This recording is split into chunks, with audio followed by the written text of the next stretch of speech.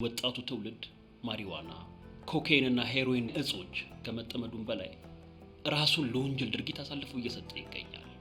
የልጆቻችንን እግሮችና እጆች አስሮ ያስቀመጠው ደግሞ የጫት ሱስ ነው። ሳምሪ ለእንዳንተ አይነቱ ሱሰኛ መልእክት የተላለፈ ነው። ይሄ የጫት ሱስ በርካታ የሆኑ ዘርፈ ብዙ ችግሮች አሉበት። ዶክተር ጓደኛዬ እኮ ነው።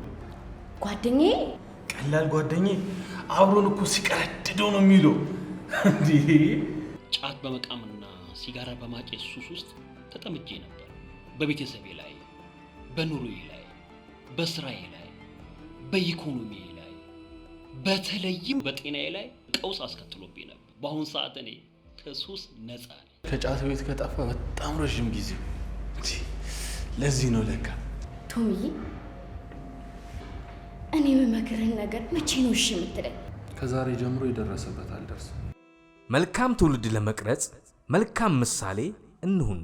የፌዴራል የሥነ ምግባርና የጸረ ሙስና ኮሚሽን